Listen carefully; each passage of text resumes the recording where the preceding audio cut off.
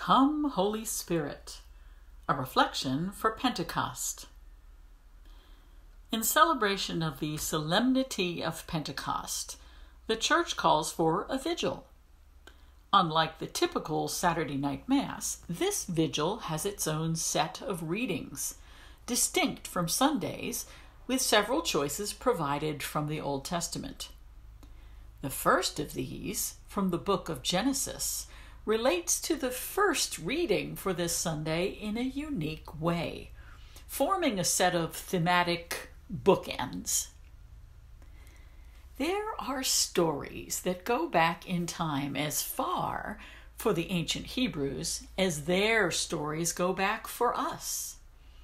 In this time before time, there were epic tales of the earth and its struggles that our ancestors in faith heard before they told their own stories.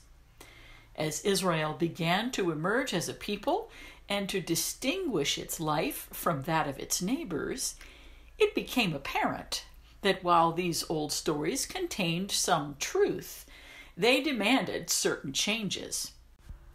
The ancient epics did not reflect Israel's experience of the one God, nor did they align with the values of a people living in covenant with that God. In some respects, the old stories were just wrong. The vigil reading from Genesis reflects this corrective impulse.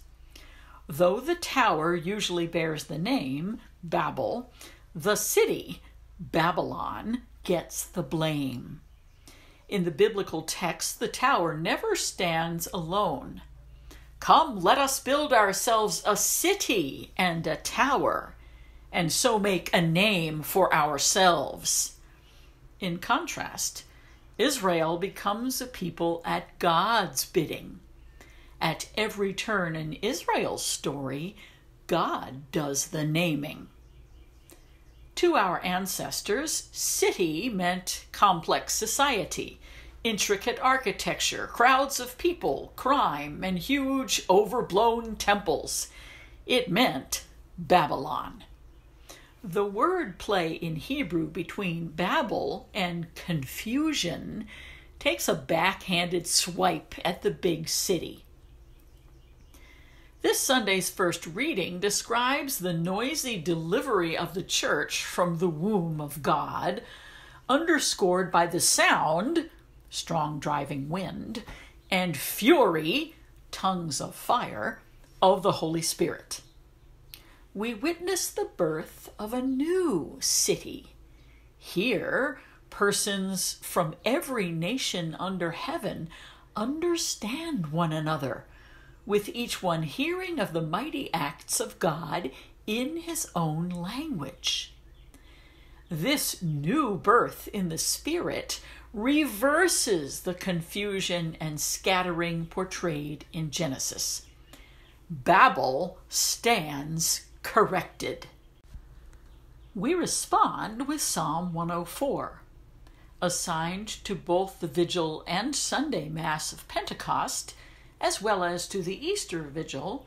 Psalm 104 brackets the 50 days between Easter and Pentecost, another set of bookends. It praises the Creator of a perfect world where right relationships and ecological harmony produce justice for all.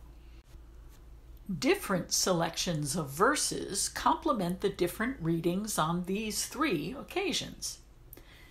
Verses 1 and 2, common to both vigils, sing of God clothed with majesty and robed in light.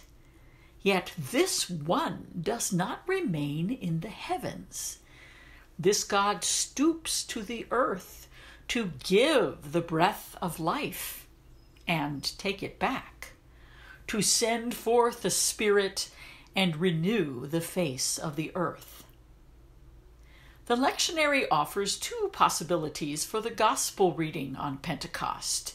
In the first, the disciples, huddled in fear behind locked doors, encounter the risen Christ, who offers his peace twice, shows them his hands and side, sends them as he himself was sent, and finally breathes the Holy Spirit into them, empowering them for their ministry of reconciliation.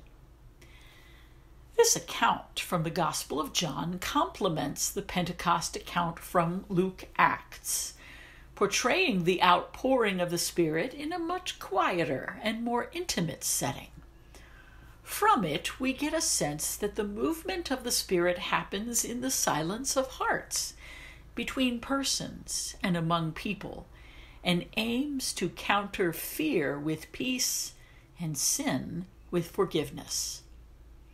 In the second option for Pentecost, again from John, we hear, "If you love me, you will keep my commandments," which for John means love one another. We then get a reprise from the 6th Sunday of Easter, telling of God's dwelling with those who keep his word, and promising that the advocate will soon arrive to teach the disciples and us everything. Come, Holy Spirit.